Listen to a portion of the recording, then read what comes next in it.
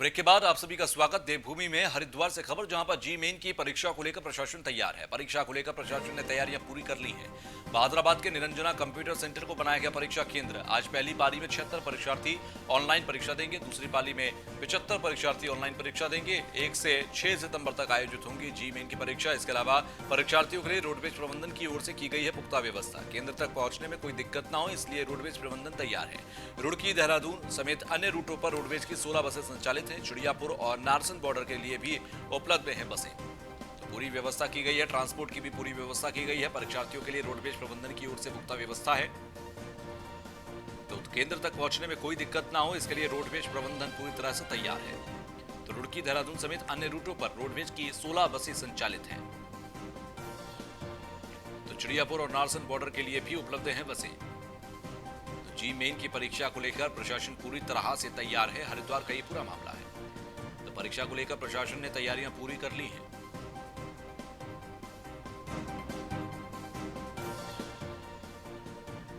तो आज पहली पारी में 75 परीक्षार्थी ऑनलाइन देंगे परीक्षा। तो वहीं दूसरी पाली में 75 परीक्षार्थी ऑनलाइन परीक्षा देंगे। तो 1 से 6 सितंबर तक आयोजित होंगी जी मेन की परीक्षा। परीक्षार्थियों के लिए रोडवेज प्रबंधन की ओर से पुख्ता व्यवस्था की गई है।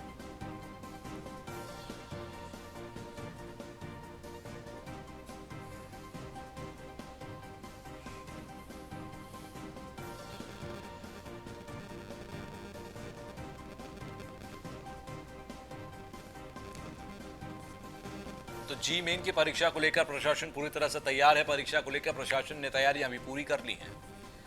हमारे साथ हरिद्वार से सुमित सैनी जुड़ गए हैं। सुमित, जी मेन की परीक्षा के लिए हरिद्वार में केंद्र बनाया गया है, किस तरीके की व्यवस्थाएं हैं वहां पर?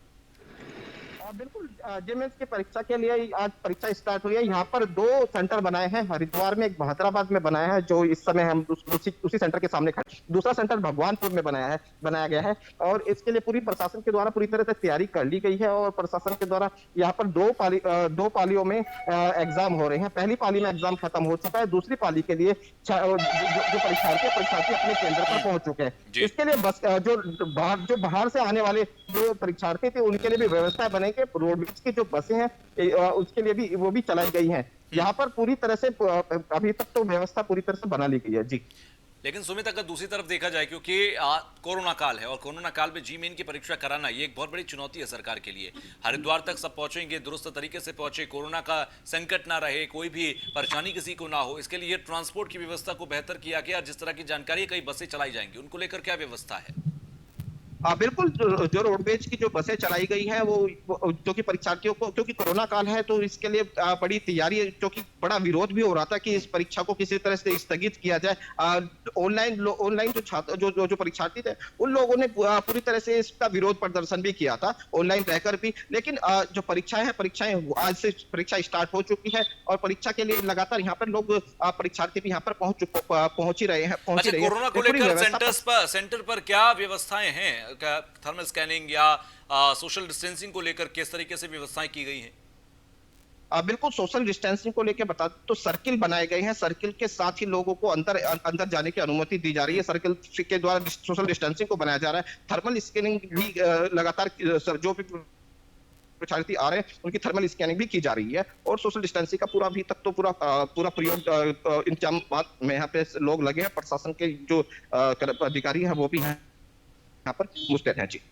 इसके अलावा साथ ही साथ देखा जाए, आसपास के कई जिलों से यहाँ पर परीक्षार्थी पहुंचेंगे, उन सब की व्यवस्थाएं बसेस की गई हैं, तमाम सुविधाएं उनको मिलेंगी। लेकिन सीधे तौर पर देखा जाए, तमाम राजनीति भी है और राजनीति इसी बात को लेकर है कि ठीक है, सेंटर्स पर आप तमाम व्यवस्थाओं को मैनेज कर लेंगे, आप वहां पर थर्मल स्क्रीनिंग, तमाम सोशल डिस्टेंसिंग कर लेंगे। लेकिन जब ये लोग बाहर जाएंगे, सेंटर से बाहर जाएंगे अपने घर तक, इस बीच में कोरोना फैलता है तो उसका जिम्मेदार कौन होगा? तो इस बीच के लिए भी ये जो बीच का रास्ता होगा, यानी कि घर से सेंटर तक पहुंचने तक कोई कोरोना का खतरा ना रहे, इसके लिए क्या व्यवस्थाएं हैं?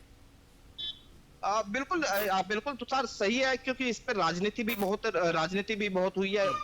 क्योंकि परीक्षा केंद्र तक आने के लिए तो व्यवस्था बना ली गई है, लेकिन जाने की कोई व्यवस्था दिखाई नहीं दे रही है। जो बसें हैं उस बसों का भी इंतजाम किया गया है, लेकिन जो सैनिटाइजिंग का सिस्टम है, जो सोशल डिस्टेंसिंग है, वो परीक्षा तक ही रहेगा। क्योंकि परीक्षा के बाद जो परीक्षार्थी, जो परिजन है, वो स्वतंत्र है, वो किसी तरह से व्यक्त हो सकता है, उनको हो क्योंकि ये एक बड़ा खतरा, यही एक बड़ा सवाल उठता है कि जो वापसी जो जाने की है, वापसी जाने के लिए क्या किस तरह के प्रबंध किए जा रहे हैं, उन्हीं पर हमारी नजर है जी। ठीक है, चलिए बहुत बहुत शुक्रिया हमसे जुड़ने के लिए। तो सुमित हमारे साथ जुड़े हुए थे भादराबाद के निरंजन कंप्यूटर सेंटर से, और जहां पर जीमेन की परीक्षा आज चल रही है। 76 परीक्षार्थी ऑनलाइन परीक्षा देंगे पहली पारी में।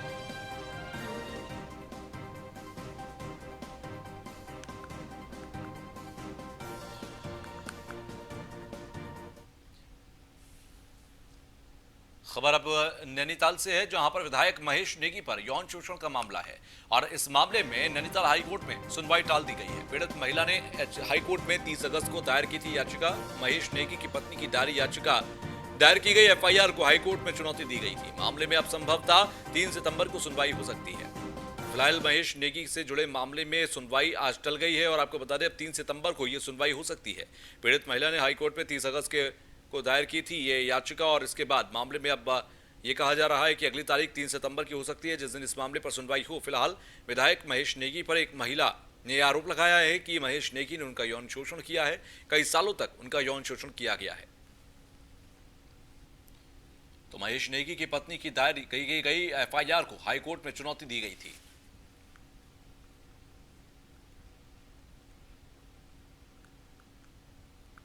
तो महेश नेगी के ऊपर ये काफी गंभीर आरोप लगे थे, जिसके बाद अब नैनीताल हाईकोर्ट में आज जो सुनवाई थी वो टाल दी गई। अब 3 सितंबर को कहा जा रहा है कि सुनवाई हो सकती है।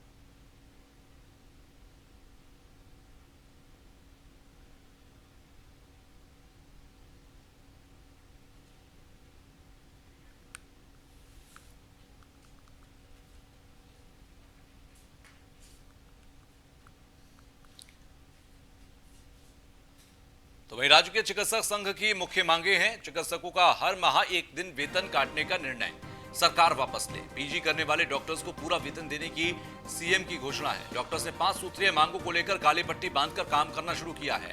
तो आपको बता दें कि सीएम त्रिवेंद्र सिंह रावत ने स्वास्थ्य सचिव को मामले के निपटारे के लिए दिशा निर्देश भी दिए हैं। स्वास्थ्य महानिदेशक डॉक्टर अमिता उप्रेती की डॉक्टर से अपील भी है। मांगों पर सहमति न बन पाने से नाराज चिकित्सक संघ ने शुरू किया है आंदोलन। तो अब स्वास्थ्य सचिव अमित नेगी के साथ डॉक्टर्स की वार्ता होगी। तो वार्ता में डॉक्टर्स की मांगों पर फैसला हो, इस पर बात करेंगे स्वास्थ्य सचिव। तो कल सीएम ने कहा था कि समस्याओं का समाधान होना चाहिए।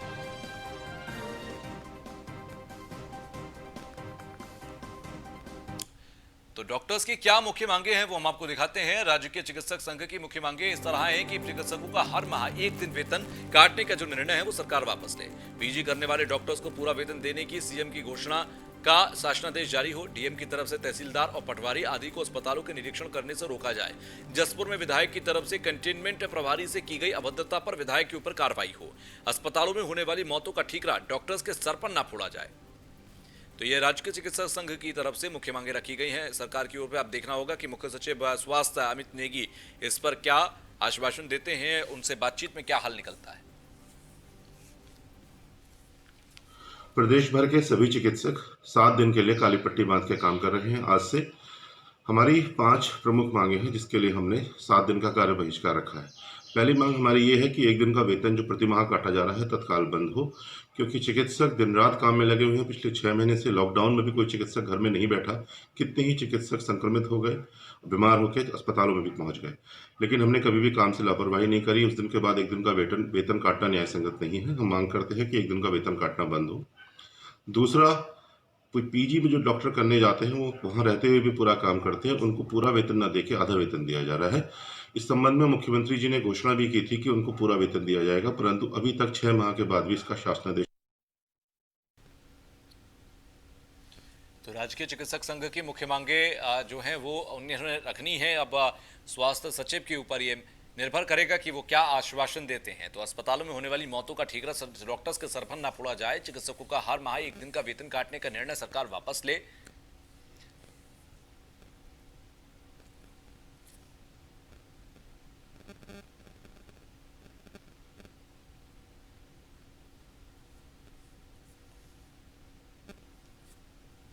राजकीय चिकित्सक संघ की कई मांगे हैं। 5 सूत्रीय मांगों को लेकर यहां पर मुख्य सचिव स्वास्थ्य से बातचीत के लिए लगातार प्रेशर बनाया जा रहा है।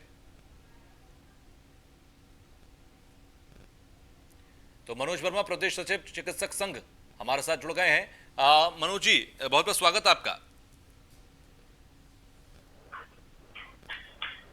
मनोज जी, मेरी आवाज आप तक पहुंच रही है? जी बिल्कुल, बोलिए। क्या मांगे आपकी हैं और उसको लेकर जो आपका ये अब आंदोलन है एक तरीके से, उस आंदोलन को किस तरह से आप आगे बढ़ा रहे हैं? क्या आश्वासन आपको प्रशासन की तरफ से सचिव स्तर पर कुछ मिला है क्या अभी तक? अभी उन्होंने मिलने के लिए बुलाया है परसों बृहस्पतिवार की शाम को श्री अमित नेगी जी से, जो सचिव स्वास्थ्य हैं। उसके बाद ही कुछ आगे सोचेंगे। फिलहाल तो हम आंदोलन पे हैं, काली पट्टी बांध के काम कर रहे हैं हम लोग। और इसके बाद इतवार को हम एक बैठक रखेंगे, रविवार को, और तब आगे का सोचेंगे हम। शायद कार्य बहिष्कार या किस तरह की मांगे हैं सर आपकी? एक तो हमारे प्रदेश में एक दिन का वेतन काटा जा रहा है प्रति माह, तो कम से कम चिकित्सकों का नहीं काटा जाना चाहिए, हमारी मांग ये है। क्योंकि हम लोग लगातार काम कर रहे हैं, एक्स्ट्रा काम कर रहे हैं, दिन रात लगे हुए हैं, खतरे में काम कर रहे हैं, उसके बाद भी वेतन काटना बिल्कुल अन्यायपूर्ण है। दूसरा यही है कि इसी से जुड़ा हुआ कि प्रशासनिक हस्तक्षेप है, जो एडमिनिस्ट्रेशन है, उसकी इंटरफेरेंस इतनी ज्यादा है कि वो काम हमें नहीं करने देते और बार बार बड़ा उत्पीड़न होता है, अपमान सहना पड़ता है। बिल्कुल जूनियर तहसीलदार, एसडीएम तक हमारे पास इंक्वायरी के लिए, इंस्पेक्शन के लिए आ जाते हैं। फिर एक है कि हमारे जो डॉक्टर पीजी करने जाते हैं उनको आधी तनख्वाह दी जा रही है, जबकि 3 साल पहले तक पूरा वेतन दिया जाता था। तो ये भी समस्या पर है, वो पूरा काम भी करते हैं, क्योंकि जो डॉक्टर की पढ़ाई होती है उसमें पीजी सिर्फ पढ़ता नहीं है बल्कि ड्यूटी भी करता है हॉस्पिटल से, तो उसको आधा वेतन दिया जाना बिल्कुल समझ से परे है। और ऊपर से इसमें मुख्यमंत्री जी घोषणा कर भी दी थी मंच से कि हम पूरा वेतन देंगे, फिर भी अभी तक उसका शासनादेश नहीं हुआ। इसका मतलब शासन भी उनकी नहीं सुन रहा, सीएम सर की। इसके बाद चौथी हमारी डिमांड ये है कि अभी एक विधायक है जसपुर जी, वो डॉक्टर से फोन पे माँ बहन की गाली देके बात कर रहे हैं कंटेनमेंट जोन को लेके जी। डॉक्टर का कोई स्वार्थ तो है नहीं किसी जगह को कंटेनमेंट जोन बताने में, बिल्कुल। उसको तो और मेहनत करनी पड़ रही है उसके लिए, तो कंटेनमेंट जोन में स्टाफ लगाना है, काम करना है। उसके बाद वो गाली दे रहे हैं उसको, तो ये तो बड़ा अजीब है। और माँ बहन की गाली सुनना, मैं चाहता हूँ कि विधायक की सदस्यता निरस्त हो उसकी योग्यता से, जो कि उसको अयोग्य ठहराया जाए, विधायक जसपुर आदेश चौहान को जी। और जो 5वीं डिमांड हमारी है कि कोई भी इंक्वायरी हमारे यहाँ होती है तो इंक्वायरी एक तो किसी को भी करवा लेते हैं, दूसरा कोई भी इंक्वायरी होती है आखिरी में जो जिम्मेदारी डॉक्टर की निकल के आती है, लापरवाही जी, ये हो ही नहीं सकता। ये सुविधाओं की वजह से होती है मौतें, उसके लिए हम लोग कहीं से जिम्मेदार नहीं है। सरकार प्रशासन सुविधाएं दें और उसके बाद अगर कोई डेथ होती है तो डॉक्टर जिम्मेदार है ना। वो मशीनें नहीं होती हैं, स्टाफ नहीं होता है और डॉक्टर से कह दिया जाता है कि जान बचाओ, ऐसा कैसे कर पाएगा जी। तो ये हमारी 5 मांगे हैं। ठीक है, चलिए, बहुत बहुत शुक्रिया हमसे जुड़ने के लिए और बातचीत करने के लिए। तो मनोज वर्मा हमारे साथ जुड़े हुए थे और उनका साफ तौर पर कहना था कि 5 मांगे नहीं मानी जाएंगी तो आगे फिर हम प्लानिंग करेंगे और आंदोलन पर आएंगे। खबर गदरपुर से, जहां पर किसान कांग्रेस का मुख्य बाजार में सांकेतिक धरना हुआ। डीजल पेट्रोल का रेट कम करने को लेकर प्रदर्शन किया गया। प्रदेश महासचिव राजीव ग्रोवर के नेतृत्व में धरना दिया गया। धरने में किसानों की कर्ज माफी की मांग की गई। तो आपको बता दें कि किसान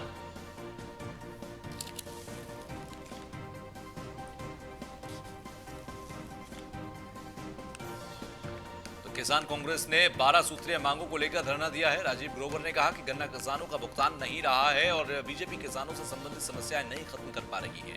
ऐसे में मामले में तहसीलदार को भी ज्ञापन दिया जाएगा। हमारी शासन से मांग है कि किसानों की कर्ज माफ किया जाए। 12 मांगे हैं जिसमें किसानों को गन्ने का तत्काल भुगतान और बिजली बिल व सरचार्ज माफ किया जाए, किसानों को यूरिया उपलब्ध कराई जाए, इसके अलावा पेट्रोल डीजल के दाम कम किए जाएँ, किसानों के खाते में 10,000 रुपये की आर्थिक मदद की जाए, किसानों का कर्ज माफ किया जाए, जो हमारे क्षेत्र में टूटी सड़कें हैं उनका निर्माण किया जाए जिससे किसानों को आने जाने में परेशानी न हो। 12 सूत्रीय मांगे लेकर एसडीएम साहब को ज्ञापन देंगे मुख्यमंत्री। और विकासनगर से, जहां पर पूर्व राष्ट्रपति प्रणब मुखर्जी को श्रद्धांजलि दी गई। जिला अध्यक्ष संजय किशोर समेत कांग्रेसियों ने श्रद्धांजलि दी है। तिलक भवन में स्वर्गीय प्रणब मुखर्जी के चित्र पर पुष्प अर्पित किए गए। प्रणब दा ने अपना पूरा जीवन समाज को समर्पित किया। एक साधारण परिवार से देश के सर्वोच्च पद पर आसीन हुए हैं। उन्होंने विभिन्न संकटों में कांग्रेस को मजबूती देने का काम किया। प्रणब दा ने देश को एक नई दिशा दिखाई है। संजय किशोर की तरफ से इन तमाम बातों को आज श्रद्धांजलि देते हुए कहा गया।